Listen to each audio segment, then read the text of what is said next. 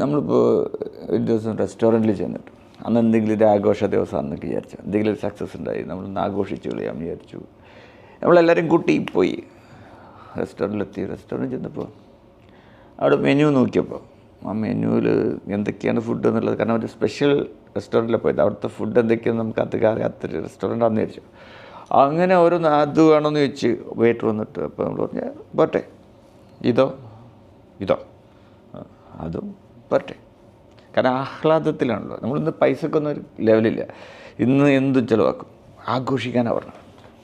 അപ്പോൾ മെനുവിൽ കണ്ട അതും ഇതൊക്കെ ഓർഡർ ചെയ്ത് ലാസ്റ്റ് സാധനം ഓരോന്നോരോന്നേരിട്ട് ഇങ്ങനെ വരാൻ തുടങ്ങി. ഇനി വരുന്നുണ്ടാവില്ല എന്ന് വിചാരിച്ചാൽ പിന്നെയും വരുന്നു. അവസാനം തിന്ന് വയറൊക്കെ തിന്ന് എന്ന് പറഞ്ഞാൽ നമ്മൾ പരിചയമില്ലാത്ത ഫുഡായിരിക്കും. അപ്പോൾ ഇങ്ങനെ കഴിച്ച് കുറച്ച് കഴിയുമ്പോൾ തലക്കൊരു മന്ദപ്പൊക്കെ പറ്റി, പിന്നെ തിന്നുന്നൊരു ബോധാവസ്ഥയിലൊന്നുമില്ല.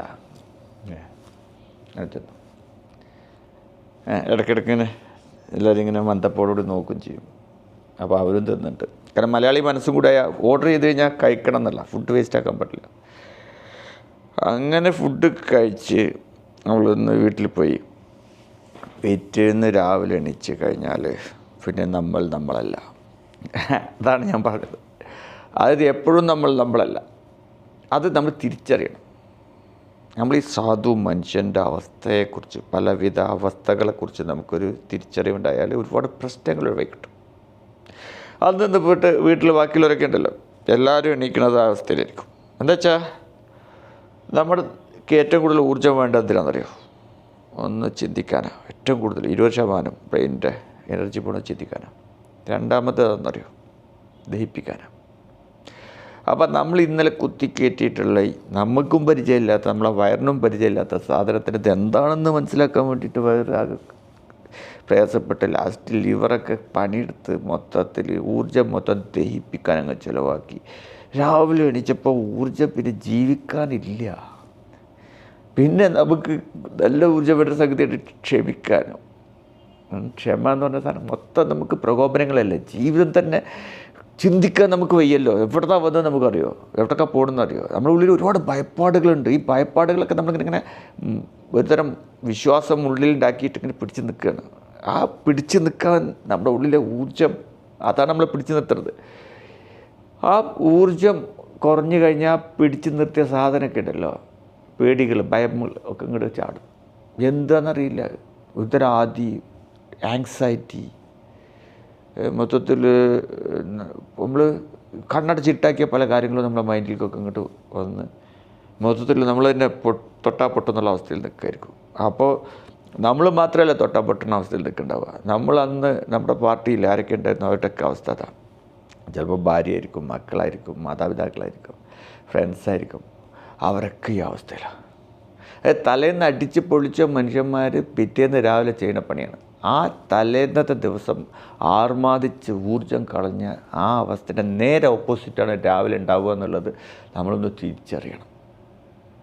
ആ സമയത്ത് നമ്മൾ ഒരാളോട്, ആ കൊടുത്തപ്പെട്ട ഒരാളോട് എന്തെങ്കിലും ഒരു കാര്യം വളരെ സിമ്പിളായിട്ടുള്ള ചെറിയ കുറച്ചൊന്ന് ചിന്തിക്കേണ്ട ആവശ്യമുള്ളൊരു കാര്യമായിരിക്കും. ചിന്തിക്കാൻ വയ്യ, ചിന്തിക്കാൻ തലയിൽ ഊർജ്ജമില്ലല്ലോ. ആ ചിന്തിക്കേണ്ട ആവശ്യമില്ല. അതായത് ഇത് വേണോ അത് വേണോ എന്നുള്ള ഡിസിഷൻ അത്രേ ഉള്ളൂ. അല്ലെങ്കിൽ നമ്മൾ മുമ്പ് ചെയ്ത കാര്യം ഒന്ന് മാറ്റി ചെയ്യേണ്ട അവസ്ഥ, ഇതങ്ങനെ ചെയ്തുകൂടെ, ഇതൊന്ന് മാറ്റി ചെയ്തുകൂടെ എന്ന് ചോദിച്ചു കഴിഞ്ഞാൽ അപ്പം അയാൾ ചാട്ടിക്കടിക്കാൻ വരണം. എന്നാ നീൻകടം ചെയ്തുകൂടെ എന്നൊക്കെ ചോദിക്കണം. നമ്മളാകെ എന്ത് ഞാൻ വളരെ സിമ്പിളായിട്ട് ഏത് ആൾക്കാർക്കും മനസ്സിലാവുന്ന കാര്യമല്ലേ പറഞ്ഞത്.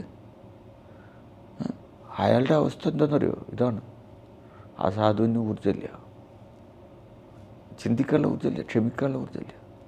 പേടികളാണ് എല്ലാം കൂടെ ഒന്നും ചെയ്തിരിക്കുന്നത്. മൊത്തത്തിൽ സ്വന്തം അവനവനെ പിടിച്ചാൽ കിട്ടാത്ത അവസ്ഥയിൽ എവിടെ തൊട്ടാലും എന്ത് പറഞ്ഞാലും ചാടുന്നുള്ള അവസ്ഥയിൽ നിൽക്കുന്ന അവസ്ഥയിൽ ഉള്ള മനുഷ്യൻ. അപ്പം നമ്മളിത് ചോദിച്ച നമ്മളും അതേ അവസ്ഥയിലാണ്. അത് നമ്മളെയും ട്രിഗർ ചെയ്യും. ഞാനിപ്പോൾ എന്താ ചോദിച്ചത്? വളരെ സിമ്പിളായിട്ടുള്ള കാര്യമല്ലേ. ഇതെന്തിനാണ് ചൂടാവുന്നത്? അല്ല, എന്തിനാണ് ചൂടാവുന്നത്? എന്താണ് ഇപ്പോൾ ഇവിടെ ചൂടാവാൻ മാത്രം ഞാൻ എന്താ പറഞ്ഞത്? അപ്പോൾ പിന്നെ ചൂടായ ആൾക്ക് പിന്നെ അയാളും വിചാരിക്കണം, ഇപ്പോൾ എന്തിനാപ്പോൾ ഞാനും ചൂടായതെന്ന്. പക്ഷേ അങ്ങനെ ആൾക്ക് പറയാൻ പറ്റില്ലല്ലോ. അതിനത്ര ഉൾക്കാഴ്ചയൊന്നും എല്ലാവർക്കും ഇല്ല. മനുഷ്യന്മാരല്ലേ, അഹങ്കാരം.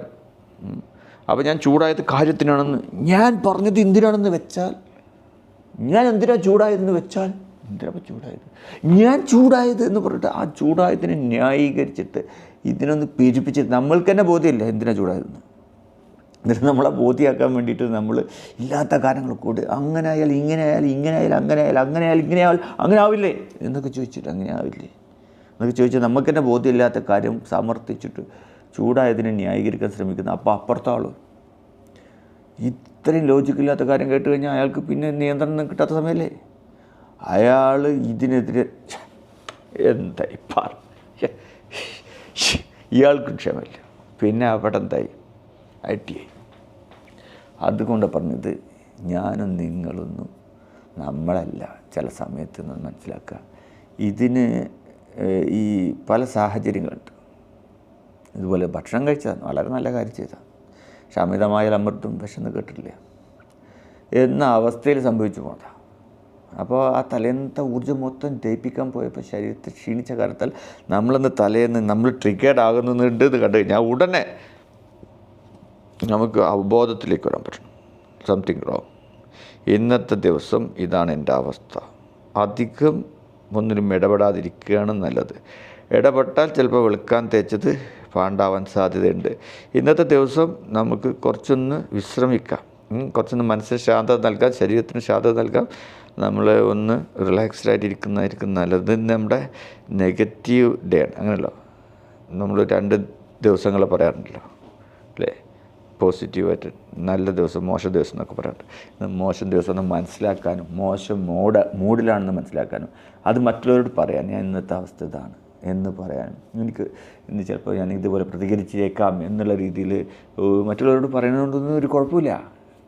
ഇത് മനുഷ്യനല്ലേ, ഇങ്ങനെയാണത്. അപ്പോൾ ഈ ഒരു തിരിച്ചറിവ് ഉണ്ടാക്കാൻ വേണ്ടിയിട്ടാണ് ഞാനിപ്പോൾ ഈ വീഡിയോ പറഞ്ഞത്. സംഭവം നമ്മൾ ഓർക്കേണ്ട കാര്യം തന്നെയാണോ എന്ന് എനിക്കറിയില്ല. നിങ്ങളുടെ അഭിപ്രായങ്ങൾ പറ. എനിക്കറിയില്ല എന്നല്ല, എനിക്കറിയാം ഓർക്കേണ്ട കാര്യം തന്നെയാണ്. പക്ഷേ നിങ്ങൾക്കറിയുമോ എന്നുള്ളത് എനിക്കറിയില്ല. നിങ്ങൾക്കും അങ്ങനെ തോന്നുന്നുണ്ടോ? അതായത് എല്ലാ സമയത്തും നമ്മളല്ല. നമുക്ക് പല സ്വഭാവങ്ങളുണ്ട്. അസുഖം വന്നാൽ ചിലപ്പോൾ അതേപോലെ ദേഷ്യം വന്നാൽ, ക്ഷമ നശിച്ചാൽ, അമിതമായി ഭക്ഷണം കഴിച്ചാൽ, എന്തെങ്കിലും കാര്യത്തിലൊക്കെ ക്ഷീണം പിടിച്ചു കഴിഞ്ഞാലൊക്കെ നമ്മുടെ ഊർജ്ജം കുറഞ്ഞു കഴിഞ്ഞാൽ ക്ഷമിക്കാനുള്ള കഴിവ് കുറഞ്ഞു കഴിഞ്ഞാൽ നമ്മളുടെ ഒറിജിനൽ സ്വഭാവം എന്ന് പറഞ്ഞാൽ ഇതാട്ടോ, പിട്ടത്തൊക്കെ പിടിച്ച് വെച്ച് അഭിനയിക്കാനുള്ള അവസരം നമുക്ക് കിട്ടിയില്ലെന്ന് വരും. നമ്മുടെ ഒറിജിനൽ ഉള്ളിലെ ഭയപ്പാടുകളും നമ്മളുടെ സ്വത്വം അടക്കി വെച്ചിട്ടുള്ള നമ്മുടെ നെഗറ്റിവിറ്റീസൊക്കെ പുറത്തേക്ക് ചാടും. അപ്പോൾ അങ്ങനത്തെ അവസ്ഥകളൊക്കെ എല്ലാവർക്കും ഉണ്ടെന്ന് മനസ്സിലാക്കുക. അപ്പോൾ ഒരാൾ അനിയന്ത്രിതമായി ചൂടാവുണ്ടെങ്കിൽ അപ്പോൾ അയാളുടെ ബാഡ് ഡേ ആണെന്ന് മനസ്സിലാക്കാൻ നമുക്ക് പറ്റണം. അതിനോട് നമ്മൾ ആഗ്രഹിക്കാത്ത രീതിയിൽ പ്രതികരിച്ചാൽ ഉടനെ ഐ ഡോണ്ട് നോ, ഞാൻ വിചാരിച്ച മാതിരി എന്നെ കിട്ടുന്നില്ല കേട്ടോ, ഞാൻ I am not in my good mood എന്ന് നമ്മൾക്ക് ഒരു കുമ്പസാരം നടത്താൻ നമുക്കും പറ്റണം, ഉള്ള കാര്യം പറയാൻ പറ്റണം.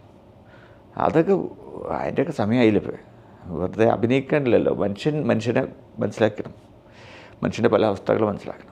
തിരിച്ചറിവ് അല്ലേ, സഹകരണം, സംയമനം, കൂട്ടായ പ്രവർത്തനം. എന്ത് നഷ്ടങ്ങളുണ്ടായാലും ഒരേപോലെ പിടിച്ചു നിൽക്കും, ഒരുമിച്ച് നിൽക്കും. എത്ര പ്രശ്നങ്ങളുണ്ടായാലും താൽക്കാലികമാണ്, ഈ സമയവും കടന്നു പോകും എന്ന ഉറച്ച ബോധ്യം. നമ്മൾ പുറകോട്ടടിക്കേണ്ട സമയത്ത് പുറകോട്ടടിക്കണം, മുന്നോട്ടടിക്കേണ്ട സമയത്ത് മുന്നോട്ടടിക്കണം. അങ്ങനെ ഒരു തിരിച്ചറിവ്, എല്ലാ സമയത്തും എല്ലാം ചെയ്യാൻ പറ്റില്ല എന്നുള്ളൊരു ബോധ്യം ഉണ്ടാക്കിത്തരാൻ നമ്മുടെ ഇന്നത്തെ ഈ വീഡിയോ സഹായിക്കുമെന്ന് പ്രതീക്ഷിക്കുന്നു. നമുക്ക് വീണ്ടും അടുത്ത വീഡിയോയിലൂടെ കാണാം. Thank you.